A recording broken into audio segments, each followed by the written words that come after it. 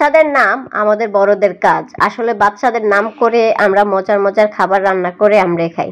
বাচ্চাদের যেমন খেতে ইচ্ছে করে আমাদের বড়দেরও কিন্তু খেতে ইচ্ছে করে, কিন্তু আমরা বড়রা হয়তো বা লজ্জা বলতে পারি না, কিন্তু বাচ্চারা বলে ফেলে যে আমি রোস্ট খাবো, পোলাও খাবো, কিন্তু আমাদেরও খেতে ইচ্ছে করে মাঝে মধ্যে। তো আজকে হঠাৎ করে ভাবলাম যে রান্না করে ফেলি। ঈদের পরে আসলে রান্না হয় নাই, রোস্ট পোলাও রান্না হয়েছে কিন্তু রোস্ট রান্না হয় নাই। তো বাচ্চারা বাহানা ধরছে। তো যাই হোক, আসসালামু আলাইকুম, কেমন আছেন সবাই? আশা করি সবাই অনেক ভালো আছেন। তো এই তো আপনাদের ভাইয়া সকালবেলা নাস্তা করে বাজারে চলে গেল। বাজার থেকে এখানে 3টা মুরগি নিয়ে আসছে, আর একটা আনছে সাদা মুরগি ব্রয়লার। তো যাই হোক, 3টা হচ্ছে সোনালী রূপালী, একটা হচ্ছে ব্রয়লার মুরগি। তো রান্না করব আর ব্রয়লারটা রেখে দিব, ওটা আরেকদিন ফ্রাই করব। তো এখানে এই তো আমার শাশুড়ি মা হচ্ছে মুরগি কেটে দিচ্ছেন, তা আমি হচ্ছে ধুয়ে এখন রান্না করতেছি। ভালো করে মশলা কষাইতেছি, এখানে সব ধরনের মশলা দেওয়া আছে। আমি আবার একটু হচ্ছে পেঁয়াজ পেস্টও দিছি, ভালো লাগে মাংসের সাথে দিলে। তো যাই হোক, কষানো হয়ে গেছে মশলা, এখন মাংস দিয়ে দিব।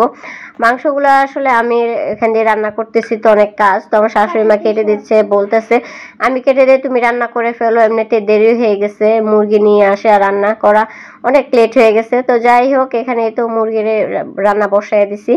তো এগুলো যেহেতু ছোট মুরগি, এর সাথে আমি কোনো আলু দিব না, আর আলু দিলে আমাদের বাসার কেউ খায় না, আমারে খেতে হয় সব আলু, এই জন্যই দিব না। তো যাই হোক, এই তো মুরগিগুলো ধুয়ে নিছি, এখন হচ্ছে রোস্টের মুরগিগুলো ভাজি করতেছি। আর এখানে ব্রয়লার মুরগি সোনালী রূপালী হচ্ছে মিক্স করা দুইটা। আমার শাশুড়ি যেহেতু ব্রয়লার খাবেন না, ওনার জন্য আবার 1 পিস নিছি। তো যাই হোক, এখান থেকে কিন্তু মুরগির মাংস হয়ে আসতেছে। এটা হচ্ছে ছোট মুরগি, তো এই জন্য বেশি একটা সময় লাগবে না, তাড়াতাড়ি সিদ্ধ হয়ে যাবে। তো এই তো এখানে রোস্ট রান্না চলতেছে, ভাজি করা হয়ে গেছে মাংসগুলো। তো আমি হচ্ছে ব্রয়লার মুরগিগুলো আসলে ছোট পিস করে নিছি, বড় পিস করলে ব্রয়লার মুরগি না খেতে ভালো লাগে না।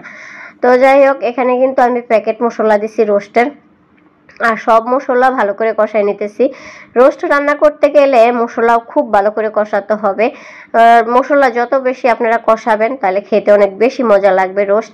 আর মেহমান আসলে কিন্তু রোস্ট রান্না করে বড় ভাবি, আমি রান্না করি না। তো আমি বাসায় টুকিটাকি রান্না করি আর কি, অল্প কিছু পরিমাণের। ভাবির হাতের রোস্ট অনেক মজা লাগে, আর আমার হাতের রোস্ট তো আপনাদের ভাইয়া বেশি পছন্দ করে। তো যাই হোক, ভালো করে কষিয়ে তো আমি দুধ দিয়ে দিলাম, সাথে দুধ জাল দিয়ে আমি সাথে দিয়ে দিলাম। আর দুধ তো একটু বেশি করে না দিলে রোস্ট মজা লাগে না, দুধটার উপরে রান্না করলে এবং পোলাওতে দুধ দিলে বেশি মজা লাগে। তো যাই হোক, এখানে আমি এখন রেখে দিব চুলার উপরে। এই তো দেখেন আমার রোস্টটা রান্না হয়ে গেছে। আর আমার বাচ্চারা, মানে আমার ছেলে বিশেষ করে আমার হাতের রোস্ট এবং মাংস রান্না অনেক বেশি পছন্দ করে। তো এটা কিন্তু হয়ে গেছে, এখন আমি বেরেস্তা দিয়ে দিব এর উপরে। আর রোস্টের উপরে বেরেস্তা দিলে কালারটা আরো অনেক বেশি সুন্দর লাগে, দেখতে অনেক বেশি ভালো লাগে, কালারফুল লাগে, তাই না? বেরেস্তা না দিলে ভালো লাগে না দেখতে। তো যাই হোক, এটাও কিন্তু হয়ে গেছে, এখন আমি হচ্ছে পোলাও রান্না করব। আমার সব কিছু রান্না হয়ে গেছে, শুধু পোলাওটা আছে। পোলাও তাড়াতাড়ি রান্না হয়ে যায়। তো যাই হোক, পোলাও হিসাবে কিন্তু পাতিলটা ছোট হয়ে গেছে, তো আমি এর সাথে কিছু মটরশুঁটিও দিয়ে দিলাম। পোলাওর সাথে মটরশুঁটিটা দিলে অনেক বেশি মজা লাগে এবং দেখতেও সুন্দর লাগে। তো অবশ্যই ভিডিওটা কেমন লাগছে অবশ্যই কমেন্ট করে জানাবেন। সবাই ভালো থাকবেন, সুস্থ থাকবেন, আল্লাহ হাফেজ।